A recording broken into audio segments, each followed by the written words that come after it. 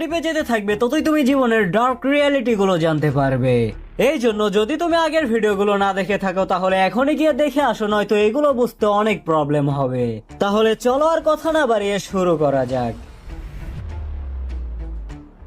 এটা কেমন হবে যে কাজ অন্য মানুষ করবে আর নাম টাকা পাওয়ার সবকিছুই তোমার হবে? এটাই হলো law number 7, get others to do the work for you but always take the credit.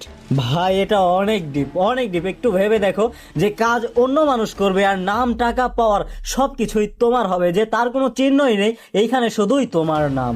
এটা সম্ভব কিভাবে? চলো বিস্তারিত জেনে নেই। দেখো এখানে বোঝানো হয়েছে জীবনে যেই মানুষটা সব ধরনের কাজই করে ওই মানুষ বেশি এগোতে পারে না, কারণ সবখানে যদি অল্প অল্প করে এফোর্টস লাগায় তাহলে কোনো একদিকে ফোকাস করতে পারে না আর সে বেশি দূরে যেতে পারে না।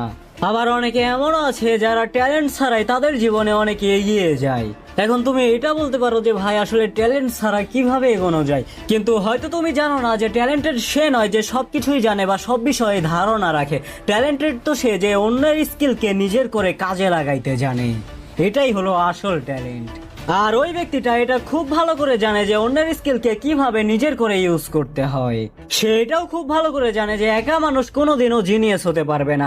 জিনিয়াস তো সেই হতে পারবে যে অন্যের স্কিল আর অন্যের ট্যালেন্টকে নিজের করে ইউজ করতে পারে। আর এইখানে এই ল আমাদের এটাই শেখায় যে তুমি লিডার হও, ক্রিয়েটর হও বা বিজনেসম্যান, তুমি যেই দিন তোমার টিমের স্কিলকে তোমার নিজের করে ইউজ করতে পারবে ওই দিন তোমাকে আর কেউ থামাতে পারবে না। এই জন্য মনে রেখো যে এই পৃথিবীর মানুষ তার নামই মনে রাখে যার নাম সফলতার সাথে জড়িয়ে আছে। কারণ এফোর্টস যদিও তোমার পুরো টিমের, কিন্তু রেসপেক্ট সব সময় লিডারই পায়।